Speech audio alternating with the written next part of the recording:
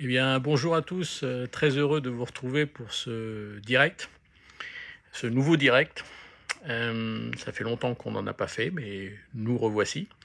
Euh, de quoi allons-nous parler? On va parler de la carte du restaurant. Alors, la carte du restaurant est un outil important, quoique. On pourra en parler si vous avez des questions là-dessus. Moi, je pense qu'un jour ou l'autre, la carte sera supprimée parce que la véritable carte commerciale, c'est le personnel qui a en salle au service du client et à sa disposition. Bref, on va quand même parler de la carte. On va aussi parler du menu board parce que dans la restauration rapide, ils n'ont pas de carte, ils ont ce qu'on appelle des menus board. Et puis dans la restauration traditionnelle avec service à table, on est plutôt avec des cartes en papier, en carton, en tout ce que vous voulez. Et puis maintenant, on est passé au QR code pendant la pandémie. Et on va voir si le QR code persiste, subsiste, continue. Moi, je pense qu'il va y avoir une majorité de clients qui vont vouloir poursuivre avec un QR code et, euh, et voir cela sur leur téléphone, qu'il soit grand écran ou pas d'ailleurs. Et puis d'autres qui vont vouloir avoir la carte en papier. Mais je ne suis pas sûr que la carte en papier soit liée, le besoin de carte en papier soit lié à l'âge du client. Je ne suis pas sûr. Je vois aujourd'hui des gens qui ont une trentaine ou une quarantaine d'années qui préfèrent regarder ça sur la carte que sur leur smartphone. Mais je pense que majoritairement, la carte va passer sur QR code. Il en faudra quand même en papier en stock. Alors, avant de rentrer dans le détail de la carte, il m'a semblé important de repartir sur ce consommateur qui a modifié quand même son comportement alimentaire, ses comportements alimentaires d'ailleurs progressivement. Il ne les a pas modifiés suite au Covid d'ailleurs. Je dis toujours qu'il n'y a pas de monde d'après et il n'y aura pas de monde d'après. L'évolution des comportements consommateurs a eu lieu ces 20-25 dernières années, tout doucement, avec plusieurs phénomènes, plusieurs épisodes, comme la crise de la vache folle, comme le fait maison, comme la montée en gamme, comme l'exigence de traçabilité, de transparence. Enfin bref, tout ça a évolué tranquillement ces 25 dernières années. Et je dirais même qu'il a changé ses comportements alimentaires, particulièrement hors de son domicile. Vraiment hors de son domicile. Alors, il y a 10 particularités que je souhaitais vous amener aujourd'hui en introduction un peu de ce live sur la carte. Ce consommateur, il est nettement plus regardant qu'avant sur ce qu'on lui met dans son assiette. Ça veut dire quoi concrètement? Par voie de conséquence, on est obligé aujourd'hui, un restaurateur est obligé de prendre la parole sur ses engagements, sur ses fournisseurs, sur son approvisionnement. Bref, une transparence totale sur ce qui arrive dans l'assiette de son client. Alors quand je dis assiette, ça peut être aussi dans son sandwich, dans sa salade, bien évidemment.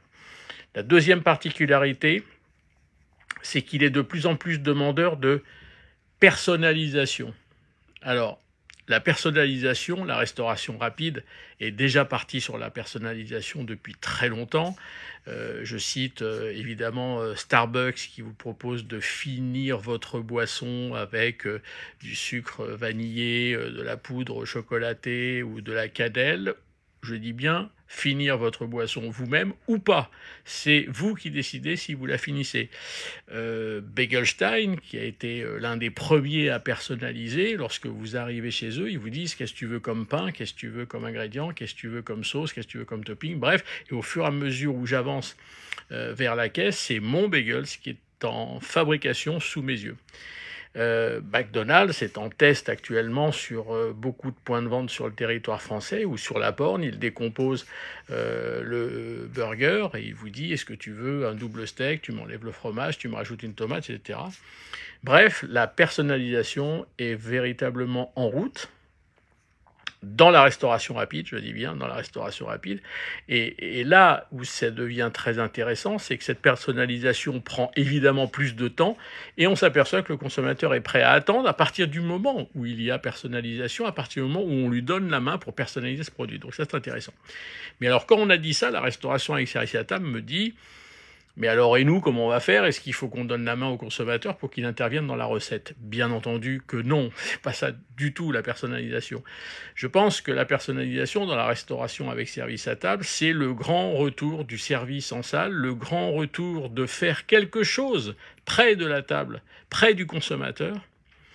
Une finition, une sauce que l'on verse sur un morceau de viande ou sur un morceau de poisson, un baba au rhum qu'on incise avec du rhum qu'on met dessus, une petite découpe, un petit flambage, quelque chose de très très simple, relativement rapide qu'on fait au plus près du client.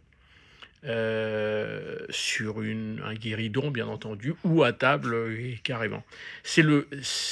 La personnalisation, c'est effectivement le grand retour du service avec un grand S.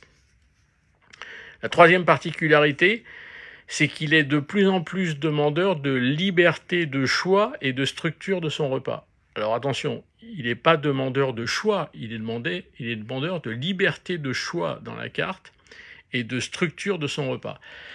Ce qui me fait dire que nous sommes peut-être, dans la restauration avec service à table, pas dans le fast-food, attention, pas dans la restauration rapide, nous sommes peut-être vers la fin, où nous sommes en train peut-être de rentrer vers la fin des menus et la fin des formules, qui le privent de liberté et l'enferment dans une structure qu'il n'a peut-être pas envie. Autrement dit, la restauration avec service à table va de plus en plus se polariser sur le choix à la carte, alors que la restauration rapide, elle, par contre, a besoin de menus d'appel.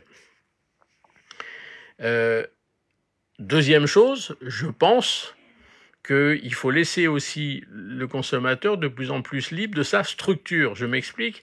Je pense que la notion d'entrée, la notion de plat, va tout doucement presque disparaître. Je m'explique. Parce qu'il y en a certains qui doivent se dire « Ah bon, il n'y aura plus d'entrée, il n'y aura plus de plat ». Non, ça ne veut pas dire ça.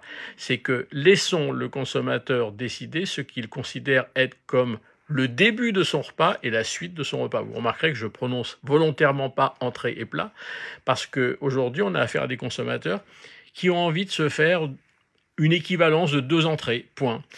Une équivalence de 1 entrée plus un dessert. Et puis il y en a même qu'on voit arriver dans des établissements où ils prennent juste 2 sucrés.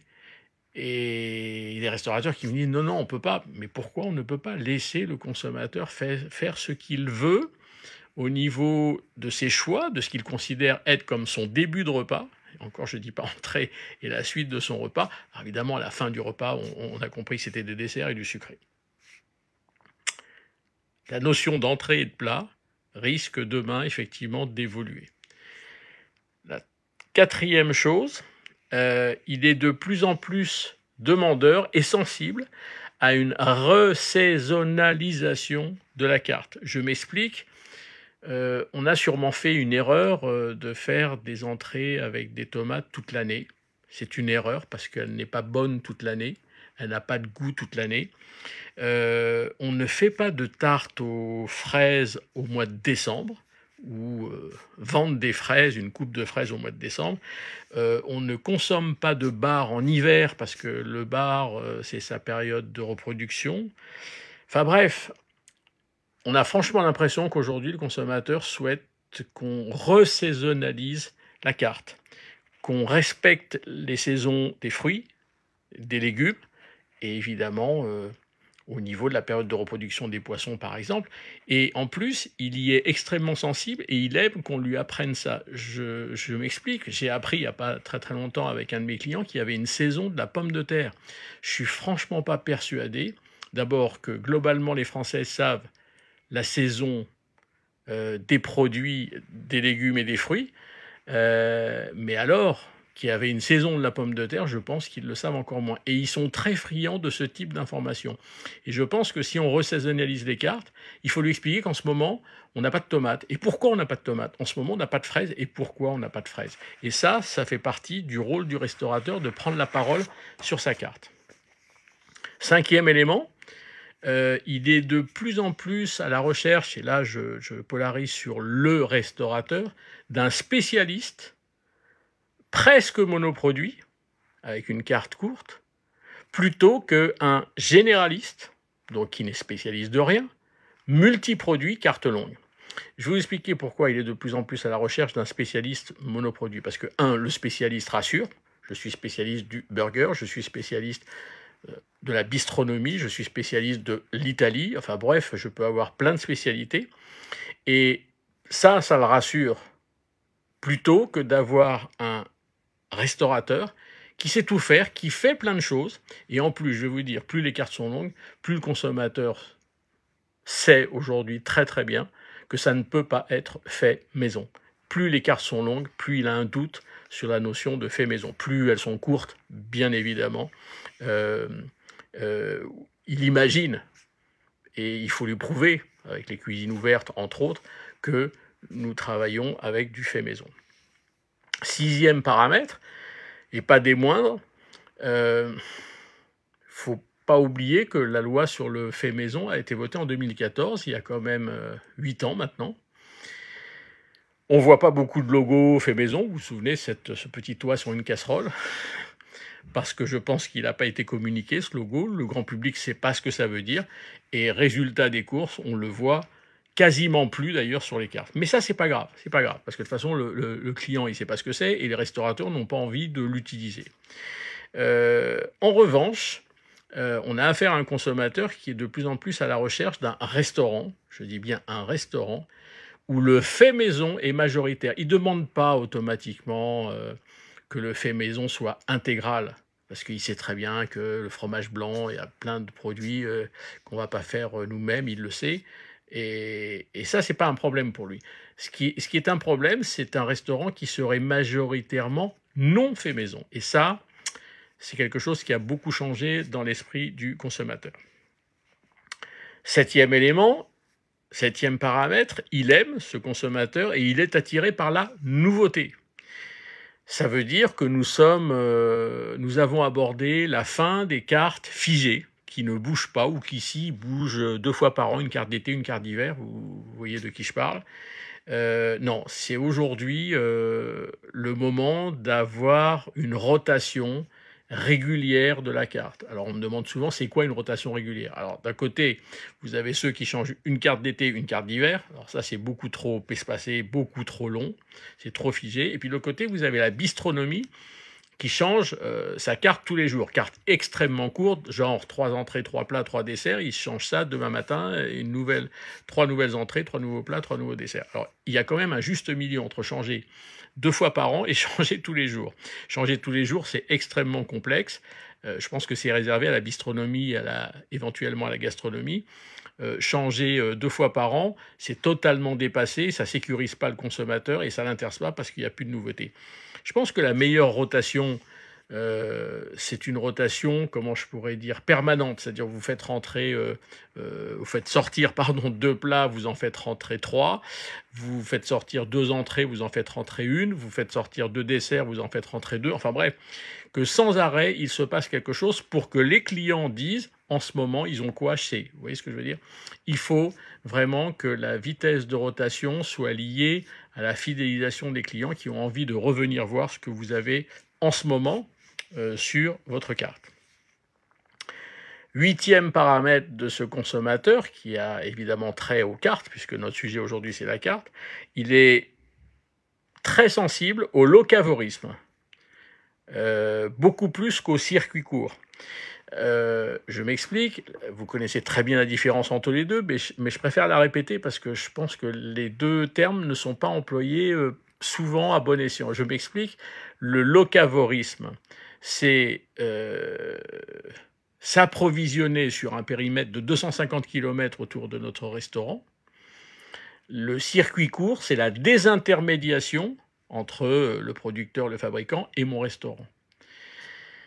Le consommateur est extrêmement sensible au locavorisme. Pourquoi? Parce que vous faites travailler l'économie locale, son économie locale. Le circuit court, je fais venir un ananas direct de la Martinique, ça s'appelle du circuit court, il n'y est pas sensible, ça l'intéresse beaucoup moins que de faire travailler son économie locale. Le seul problème du locavorisme, et ça a été tenté plusieurs fois ces 10 dernières années, il est quasiment impossible de construire une carte digne de ce nom en étant 100% locavore. Question de choix et question de, comment je pourrais dire, de volume. Donc, ça veut dire qu'il faut être le plus possible locavore dans sa carte. C'est un peu comme le fait maison. Ne soyons pas intégristes, 100% fait maison, 100% locavore. Ça n'a pas de sens. Et d'autre part, ce n'est quasiment pas possible. Neuvième paramètre, malgré que ce consommateur se lâche en hors domicile. Et quand je dis se lâche, je répète souvent ce que les Français mangent malgré ce qu'ils disent. Ils disent dans des sondages qu'ils veulent du sans gluten, du sans lactose, du sans sucre, enfin plus rien, même ils veulent du bio à 80-85%. Et d'un autre côté, on sait que les Français sont co-recordman du monde d'absorption de pizza par tête d'habitant. Je dis bien co-recordman du monde avec les États-Unis. Nous avons inventé la pizza aux 4 fromages. On a rajouté un fromage, les Italiens nous regardent avec des yeux pas possibles. On a rajouté de la crème dans la carbonara. Alors là, ils sont outrés, il n'y a pas de crème dans la carbonara. Qu'est-ce qu'on fait d'autre? Ah oui, le burger a été multiplié par 14 en volume ces 10 dernières années. Je dis bien 14 en volume ces 10 dernières années. 2 repas sur 3 presque se terminent par un café gourmand. N'importe quel nutritionniste vous dira qu'il vaut mieux prendre un dessert qu'un café gourmand. 78% des assiettes qui sortent dans la restauration avec service à table, j'élimine le fast-food et vous allez comprendre pourquoi, sortent avec des frites. Enfin bref, il y a un truc qui ne va pas. Les Français ne font pas ce qu'ils disent. En fait, on a découvert chez Gira, il n'y a pas tellement longtemps, en 2018-19, que les Français avaient une double vie alimentaire. Je dis bien alimentaire. Ça veut dire quoi concrètement? Ça veut dire que ce qu'ils font à la maison n'a rien à voir avec ce qu'ils font en hors domicile. Ça veut dire que quand ils sont en hors domicile, ils se lâchent. Se lâcher pour les Français au restaurant, qui est un lieu de plaisir, d'échange, de convivialité, de partage, c'est d'abord tout ce qui est sucré, salé et gras.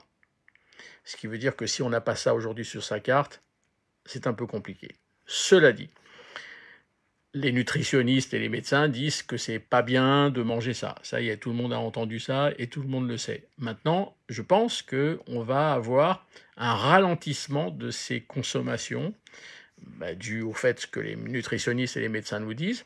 Ce ralentissement est dû à une montée de ce qu'on appelle chez Gira le healthy gourmand. Je m'explique.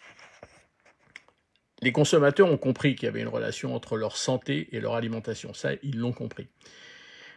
Maintenant, la question qui leur pose un problème, c'est que faire attention à leur santé, ils aimeraient bien, à une seule condition, c'est que ça reste gourmand. Alors, je ne sais pas si vous voyez l'équation.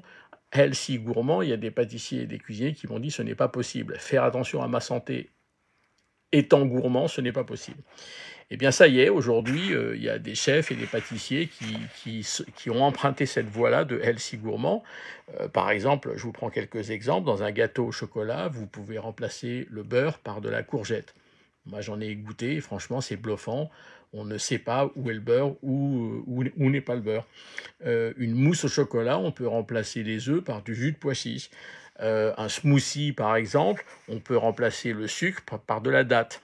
Alors, tous ces remplacements, ça garde le sucré, ça garde le goût, mais c'est meilleur pour sa santé. Je ne suis pas en train de vous dire que la datte c'est bien pour la santé, que le jus de pois chiche c'est bien pour la santé. C'est mieux que de manger du beurre en grande quantité, des œufs en grande quantité et du sucre en grande quantité. Donc, le healthy gourmand est véritablement une piste très intéressante. Dixième et dernier paramètre, il est, ce consommateur, de plus en plus à la recherche de partage. Ce partage est probablement la quatrième gamme de la carte, si toutefois on garde des entrées, des plats et des desserts. Aujourd'hui, il faut ouvrir une gamme qui s'appelle à partager, et chez les clients à nous, on dit même, mettez à partager 3 petits points ou pas. Laissons le client décider s'il a envie de partager ce plat, cette entrée ou ces desserts, ou pas. Se le prendre pour lui tout seul. Dans la gamme à partager, il faut qu'il y ait des entrées, des plats et des desserts, parce que le consommateur aujourd'hui aime bien structurer, et je reviens à ce que je disais tout au début, son repas comme il le souhaite. Exemple, on se prend une entrée à partager, on va se prendre chacun un plat et peut-être qu'on se prendra un dessert à partager ou un café gourmand à partager. Laissez-le naviguer entre mon plat rien que pour moi et on se partage. Et ça, c'est quelque chose qui l'intéresse de plus en plus. Alors, partons de ces principes-là, la carte. Chez Zira, nous disons qu'il faut appliquer le principe des 4 S. C'est quoi les 4 S? Il faut qu'elle soit simple. Cette carte, simple à comprendre et simple à acheter. On voit souvent dans des restaurants des clients qui ont les yeux qui sont à droite, à gauche, dans l'autre sens, qui tournent la page, qui reviennent, etc. Puis au bout de quelques secondes, ils disent « Et toi, tu prends quoi ?» Ça veut dire qu'elle n'est pas simple, peut-être pas à comprendre, mais elle n'est pas simple à acheter. Mais simple à comprendre, ça veut dire qu'il faut être simple aussi dans la structure, dans la disposition, dans la répartition de nos gammes, de nos formules, de nos menus, bref, de nos messages. Il faut être simple à lire, simple à acheter, simple à comprendre. Le deuxième S, il faut qu'elle soit sincère, cette carte. Sincère, ça veut dire quoi? Ça veut dire, c'est ce que je vous disais précédemment, on a affaire à un consommateur qui veut de la transparence de la part du restaurateur sur les provenances, sur ses fournisseurs, sur pourquoi j'ai acheté mon pain chez ce mauve boulanger. Et le citer d'ailleurs, ce mauve boulanger, pourquoi j'ai acheté ma viande chez cet éleveur, etc. Il faut qu'elle soit sécurisante, troisième S, sécurisante sur des produits qui sont culturellement proches. On ne peut pas trop s'éloigner. Vous remarquerez que dans la cuisine ethnique qui est rentrée en France, celle qui marche le plus, ce sont des cuisines qui ne sont pas très éloignées de notre culture gastronomique. C'est normal. Donc il faut qu'elle soit sécurisante, il faut qu'il ait des repères, il faut qu'il ait des produits qu'il connaît. Alors ça ne veut pas dire qu'on ne peut pas de temps en temps mettre des références découvertes, des saveurs découvertes, bien sûr qu'on peut. On ne peut pas avoir une carte 100% découverte, c'est une carte qui n'est pas sécurisante pour les consommateurs. Il faut qu'ils puissent se raccrocher sur des valeurs et sur des produits et des ingrédients et des saveurs qu'ils connaissent. Quatrième et dernière S, il faut qu'elle soit séduisante. C'est quoi une carte séduisante? C'est une carte qui est rythmée, c'est une carte qui a de la mise en avant, c'est une carte qui a de la couleur, c'est une carte qui a une police différente par gamme, peut-être qui a des encadrés. Bref, il ne faut pas que ça soit une liste. Voilà. Il faut qu'il y ait du relief. Il faut que ça soit un peu dynamique, une carte. On s'oriente sur cette carte très nettement, alors ça chez Zira on le dit déjà depuis quelques années, sur une carte à 2 vitesses. Je m'explique, je pense que il ne sert plus à rien d'avoir la même carte le midi et le soir. Je vais vous dire pourquoi. Parce que si vous faites vos statistiques de vente sur le midi, vous apercevrez que 20 à 30% de vos références solides, je dis bien 20 à 30% de vos références solides, j'élimine les liquides, font à peu près 75 à 80, 85% du chiffre d'affaires. Ma question, c'est à quoi ça sert de se trimballer la carte très longue le midi, sachant qu'ils prennent quasiment tout le temps, pratiquement la même chose, à des prix qui sont tout le temps au même niveau le midi semaine dans un cadre actif, et qui sont pressés. Partant de là, à quoi ça sert d'avoir des plats, des entrées ou des desserts sur la carte qu'on met du temps à sortir au pass en cuisine? Vaut mieux avoir des produits qui sortent vite, des produits qu'il consomme, ce consommateur, fréquemment le midi. Alors quand je dis ça, les restaurateurs me disent, alors déjà une carte c'est compliqué, là tu nous dis de faire 2 cartes, une carte midi, une carte soir. Non, j'ai pas dit de faire 2 cartes, je dis que la carte du midi doit être un extrait de la carte du soir. Donc il faut commencer à construire sa carte longue, sa carte du soir, enfin longue, entre guillemets, et à partir de cette carte du soir, on va extraire un nombre d'entrées, plats et desserts qui vont faire partie de notre carte midi. À chaque fois qu'on a fait ça, les restaurateurs nous ont dit « Ah oui, mais ça va manquer de choix ». Ce n'est pas vrai parce qu'on a 20% des références qui font 80% du chiffre d'affaires. Ça ne sert à rien d'avoir des cartes longues le midi. Il faut raccourcir très sérieusement le midi, je répète, en prenant un extrait de la carte du soir. Évidemment, le midi, elle est plus courte et évidemment, le midi, elle est plus économique. Mais ça, on ne peut pas faire autrement. C'est du comportemental, midi, semaine, dans un cadre actif. Il n'y a pas des dépenses faramineuses. Il n'y a pas de partage. C'est même pas la peine de mettre du partage le midi parce qu'on ne partage pas entre collègues de travail. Et elle est plus courte pour les raisons que j'évoquais précédemment. Le soir, là, la carte peut être plus longue. Elle peut être plus chère, sans problème. Elle peut être plus festive, évidemment, et elle doit être évidemment beaucoup plus partage. Il y a même des restaurateurs, il y en a un qu'on a repéré qui a une carte classique le midi avec des entrées, des plats et des desserts. Le soir, il a exactement les mêmes produits, sauf qu'il n'y a plus d'entrées, il n'y a plus de plats, il n'y a plus de desserts, tout est en partage. Enfin si, il y a des entrées, des plats et des desserts, pardon, mais tout est en partage. Il n'y a plus de plats individuels, tout se partage en petite quantité, on met plein d'assiettes sur la table et on se les partage. Alors pour terminer, je voudrais vous donner quelques idées. Bon, il n'y a rien de nouveau dans ce que je vais vous donner là, mais c'est des idées qu'on a mis en place depuis un certain nombre d'années et qui fonctionnent, le consommateur adore. Le semainier. Le semainier est une approche très différente du plat du jour. Je m'explique, un semainier, c'est vous avez une carte ou une ardoise où vous avez lundi, mardi, mercredi, jeudi, vendredi, samedi, dimanche, et vous avez un plat le lundi, et ce plat le lundi ne bougera quasiment pas. C'est un plat institutionnel de la maison et tous les lundis, vous avez par exemple une blanquette de veau, le mardi, le petit salad aux lentilles, etc. Par exemple. L'intérêt du semainier, c'est que c'est institutionnel. Les gens savent que le jeudi, c'est la paella, j'ai n'importe quoi. Et évidemment, quand on fait un semainier avec des plats institutionnels, des plats iconiques quand même, hein, on ne fait pas ça avec n'importe quel plat, il y a intérêt à ce que ces plats soient de très très haut niveau, puisque c'est institutionnel, c'est les signatures de la maison, les 7 signatures de la maison. Enfin, je dis 7 si vous êtes ouvert, 7 sur 7. Deuxième idée, c'est la double contenance. Alors, cette double contenance, c'est quoi concrètement? Je me souviens, c'est Joël Robuchon qui a inventé ça il y a 20 ans. Il a fait une carte avec 2 colonnes, petite fin, grande fin. Et à l'époque, j'ai dit, mais c'est complètement génial. Il donne la possibilité au consommateur d'avoir le choix de la quantité de cette entrée ou de ce plat ou de ce dessert.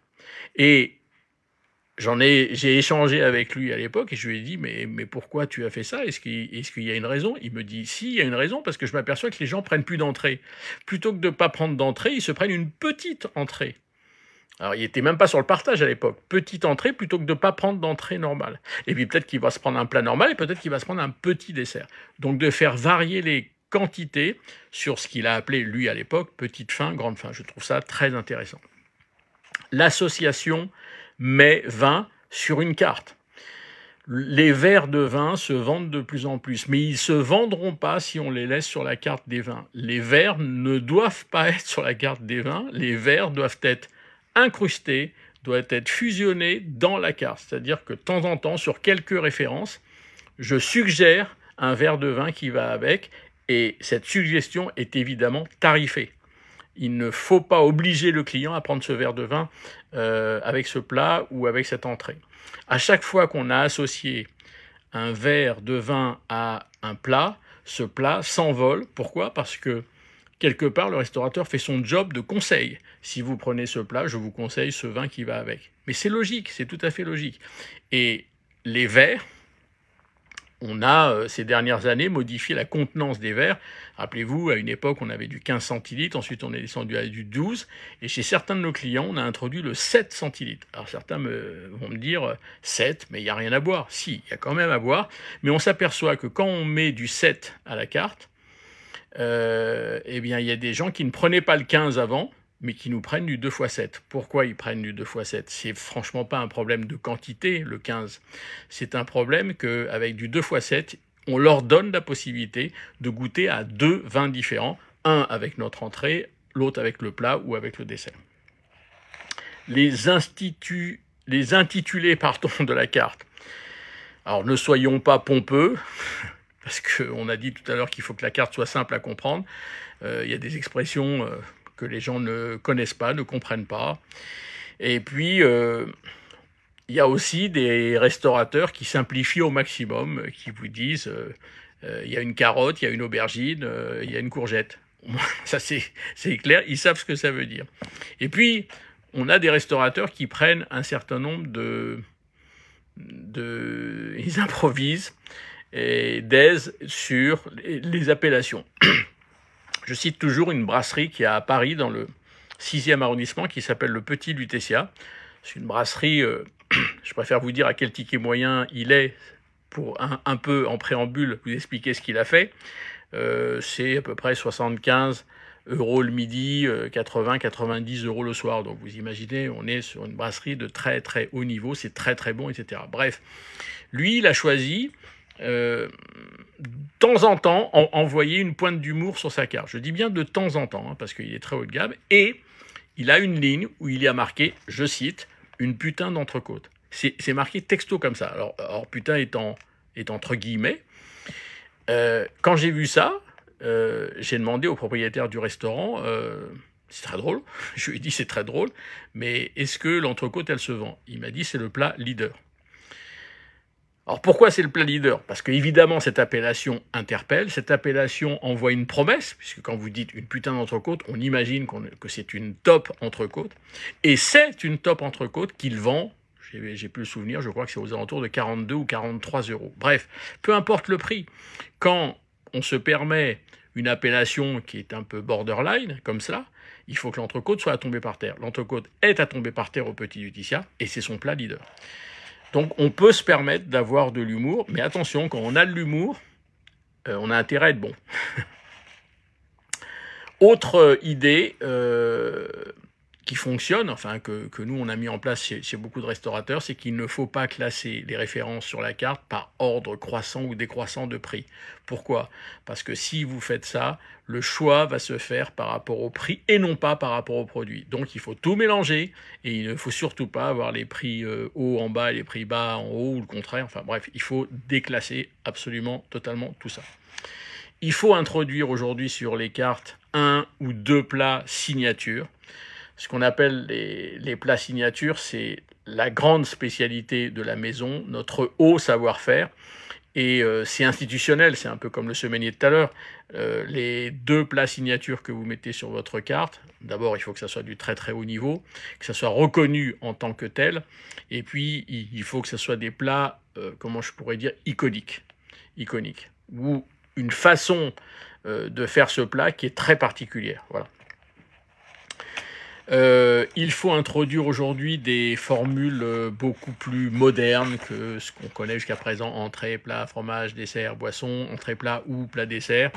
Ça veut dire quoi concrètement? On a introduit il y a quelques années une liste de références. Je ne cite pas les entrées et les plats, une liste de références où on dit au consommateur, parmi toute cette liste, tu choisis ce que tu veux, tu prends une assiette, ça te coûte tant, 2 assiettes, ça te coûte tant, 3 assiettes, ça te coûte tant.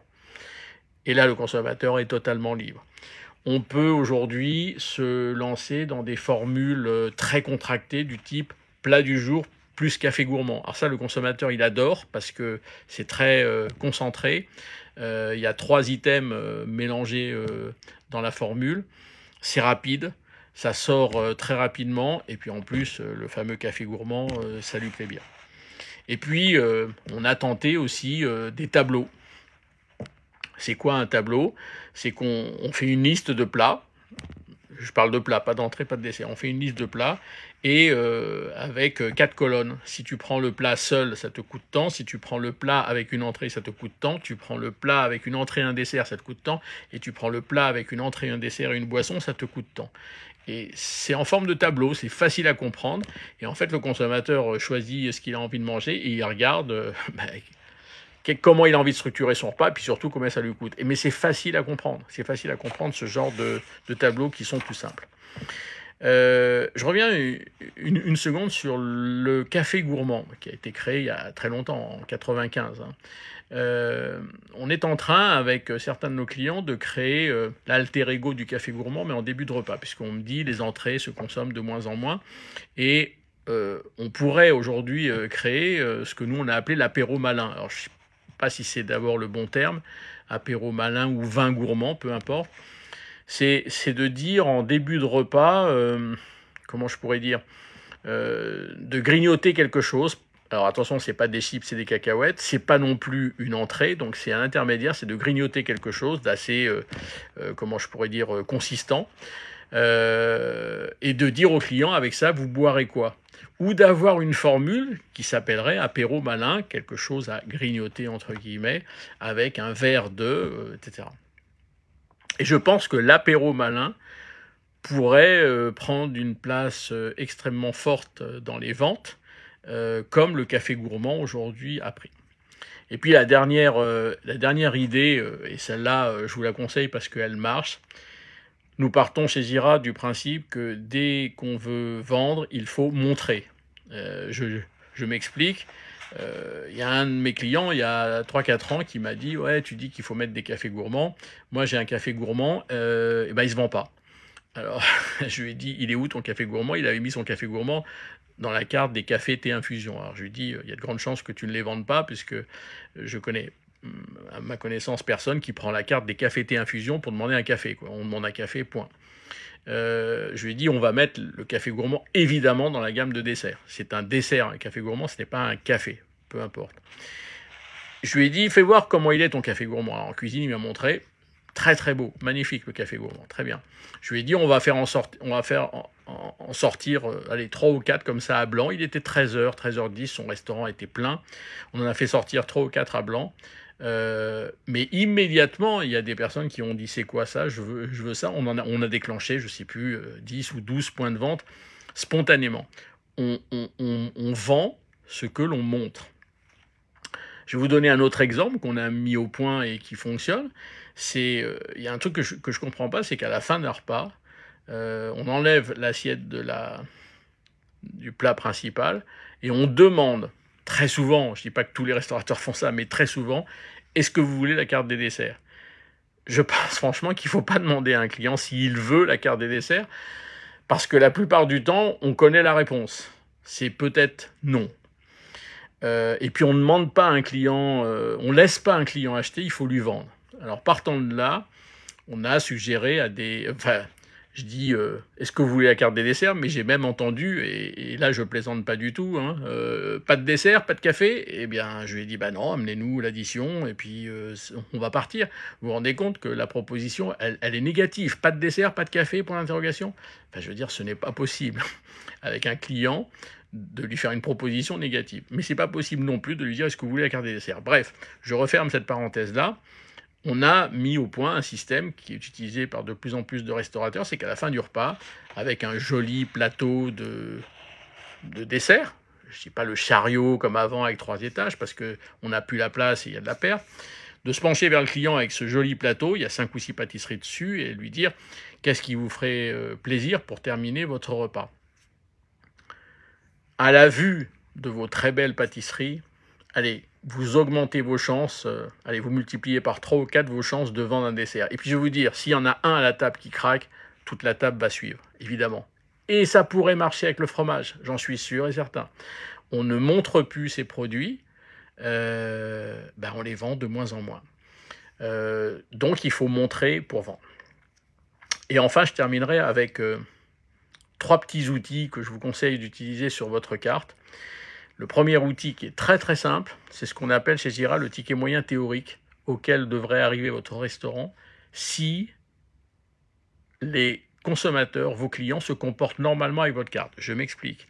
Vous prenez la somme des prix de vente de tout ce qui fait office de plat sur votre carte. Donc on élimine les entrées, on élimine les desserts, on élimine les fromages, et on élimine les liquides, et on élimine les menus. Bref, on prend que les plats. On fait la somme des prix de vente de tous les plats. On le divise par le nombre de plats. Ça vous donne un prix moyen plat offert. Jusque-là, rien d'extraordinaire. Ce prix moyen plat offert, vous le multipliez par 2, et ça vous donne le ticket moyen théorique auquel devraient arriver vos clients, s'ils se comportent normalement avec votre positionnement prix de votre carte. 3 possibilités. Vous comparez évidemment après ce ticket moyen théorique que vous obtenez avec votre ticket moyen réel. 3 possibilités. Votre ticket moyen théorique est égal à votre ticket moyen réel. Alors là, je dis bravo. Moi personnellement, en 30 ans d'Igira, j'ai jamais vu. Mais bon, imaginons que ça soit le cas chez vous, bravo, ça veut dire que vous avez un positionnement marketing, positionnement prix excellent. C'est-à-dire que vous êtes bien compris de la part des consommateurs, ils se comportent normalement avec votre carte. Deuxième possibilité, votre ticket moyen réel, je dis bien le réel, est inférieur à votre ticket moyen théorique. Grand danger. Pourquoi? Parce que ça veut dire que votre client n'est pas en confiance avec vous, il vous tire vers le bas, et il est en train de vous dépositionner, c'est-à-dire qu'il consomme de plus en plus bas, il se réfugie dans les prix bas, dans les menus les plus bas, etc. Et il est en train de vous dépositionner, et il est en train de dégrader votre rentabilité, parce qu'en tapant vers le bas, il va faire descendre votre ticket moyen. Faisant descendre votre ticket moyen, il va dégrader votre rentabilité. Troisième possibilité, et celle-là je vous la souhaite, on l'a vu de temps en temps, votre ticket moyen réel est supérieur au ticket moyen théorique. Ça veut dire que vos clients sont en grande confiance avec vous et là, ils vous tirent vers le haut. Et ça veut dire quoi concrètement? Pour être très concret, c'est que vous en avez sous le pied au niveau de vos prix de vente. Ça veut dire que vous pouvez augmenter les prix de vente. Alors, ne les augmentez pas de 15, de 20, de 30%. Vous pouvez les augmenter. Il faut y aller doucement, mais vous pouvez les augmenter. Ils sont en confiance avec vous. Et le dernier petit outil, c'est ce qu'on appelle la dispersion des prix au niveau de votre carte. Alors, la dispersion des prix, c'est hyper important dans une carte. Vous prenez vos gammes, les entrées, les plats et les desserts, et à l'intérieur d'une gamme, on va prendre par exemple les entrées, vous avez par exemple votre entrée la plus basse en termes de prix qui est à, je dis n'importe quoi, 8 € et la plus haute, elle est à 20 €. Vous avez donc 12 € d'écart entre la plus basse et la plus haute. Vous faites 3 tranches égales. Alors 3 tranches avec un écart de 12 €, ça fait 4 €, ce qui veut dire que 8, 12, 16 et 20. Vous voyez, on fait 3 tranches. C'est des euros, on est bien d'accord. Donc vous avez une tranche de 8 à 12 €, de 12 à 16 € et de 16 à 20 €.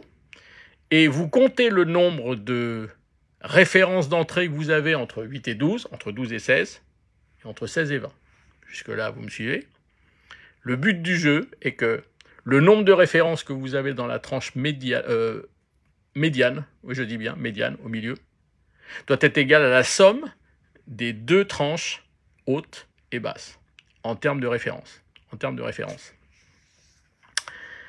Cette dispersion des prix, alors c'est pas Girac qui a inventé ça, c'est une technique de la grande distribution qui existe depuis les années 70 ou 80, je crois, c'est très très ancien, mais qui fonctionne très très bien pour rééquilibrer une carte dans la restauration. Et je terminerai par, on nous demande souvent, et la restauration demain, mais quand demain, pas la semaine prochaine, pas dans 3 ans, pas dans 5 ans, dans 10, 15 ans, ça sera quoi? Je pense que la restauration est en train de se diriger vers quelque chose qui va être très intéressant. C'est que compte tenu qu'on a affaire à un consommateur qui souhaite vivre une réelle expérience à l'intérieur d'un restaurant. Alors qu'est-ce qu'une expérience? Qu'on soit bien clair sur ce mot qui est beaucoup utilisé. Pour nous, nous pensons que l'expérience, elle est tridimensionnelle dans un restaurant. Ça veut dire quoi concrètement? Ça veut dire que le consommateur veut vivre une expérience évidemment avec l'assiette. Ça, c'est le job du restaurateur. Deuxième niveau d'expérience avec le lieu dans lequel il est. Il regarde, c'est joli, c'est sympa, c'est beau, c'est ceci, c'est cela.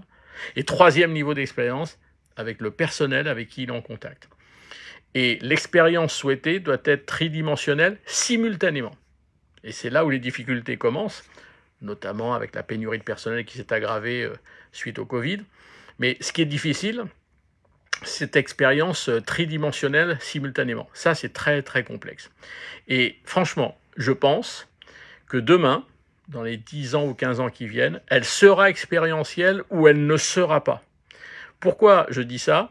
C'est parce que s'il n'y a pas d'expérience dans ce restaurant ou dans le restaurant où je vais sortir ce soir, le client n'ira pas au restaurant. Okay? Et s'il ne va pas au restaurant, il va vouloir quand même se faire plaisir avec des plats, etc. Et là, la livraison, la digitalisation de la restauration va exploser. Donc, soit elle sera expérientielle, soit elle sera digitalisée. Quel intérêt de venir dans un restaurant demain s'il n'y a pas d'expérience? Autant que je me fasse livrer ce produit au bureau à la maison ou ailleurs. Donc je vous souhaite d'être plutôt expérientiel dans la stratégie que vous allez axer à partir de demain.